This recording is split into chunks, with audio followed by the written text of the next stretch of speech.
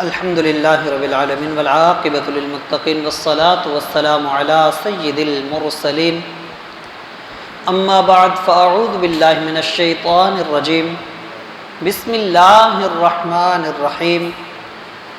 اللہ تعالیٰ کے فضل و کرم سے ہمارا یہ درس قرآن جاری و ساری ہے۔ انشاء اللہ تعالیٰ العزیز آج ہم سورہ البقرہ آیت نمبر 187 سے متعلق سننے کی سعادت حاصل کریں گے۔ سابقہ آیات سے ماہ رمضان المبارک کے حوالے سے تذکرہ چل رہا ہے۔ رمضان شریف کے روزے رکھنے کے حوالے سے ذکر ہوا، کس کس کو روزے میں رعایت ہے وہ ذکر ہوا۔ پھر اللہ تعالیٰ نے فرمایا کہ میرے بندے میرے بارے میں سوال کرتے ہیں تو فرمائیے کہ میں ان کے قریب ہوں، میں ان کی دعاؤں کو سنتا ہوں، ان کی دعاؤں کو قبول کرتا ہوں جب یہ مجھ سے دعا مانگتے ہیں۔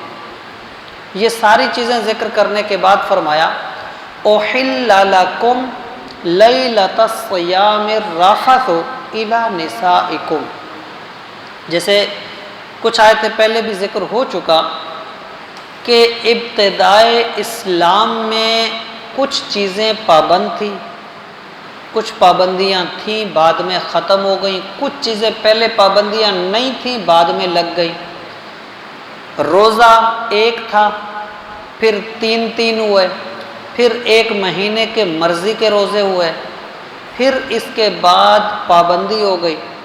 پھر جو پابندی ہوئی روزے کی، اس میں بھی پہلے طریقے کچھ اور تھے کہ سارا دن روزے سے ہوتے، پھر ہوتا تھا کہ مغرب سے لے کے عشاء تک یہ جو درمیان کا وقت ہوتا ہے، اس وقت میں کھانے پینے کی اجازت تھی اور اس وقت میں اپنی بیویوں کے قریب جانے کی بھی اجازت تھی، لیکن عشاء کے بعد پھر اجازت ختم ہو جاتی تھی، پھر نہ تو کھا پی سکتے تھے نہ ہی عورتوں کے قریب جا سکتے تھے۔ تو یہ پابندی تھی۔ پھر ایک صحابی رسول تھے، سارا دن کام کاج کر کے جب شام کو تھک ہار کے گھر لوٹے تو ان کی آنکھ لگ گئی، نیند آ گئی۔ جب نیند آئی تو تھوڑا لیٹ ہو گئے اور کھانے سے رہ گئے، تو یہ صحابی رسول اگلے دن جب انہوں نے روزہ رکھا بہت زیادہ کمزوری ہو گئی طبیعت کو، تو اللہ تعالیٰ نے یہ پابندی ہٹا دی۔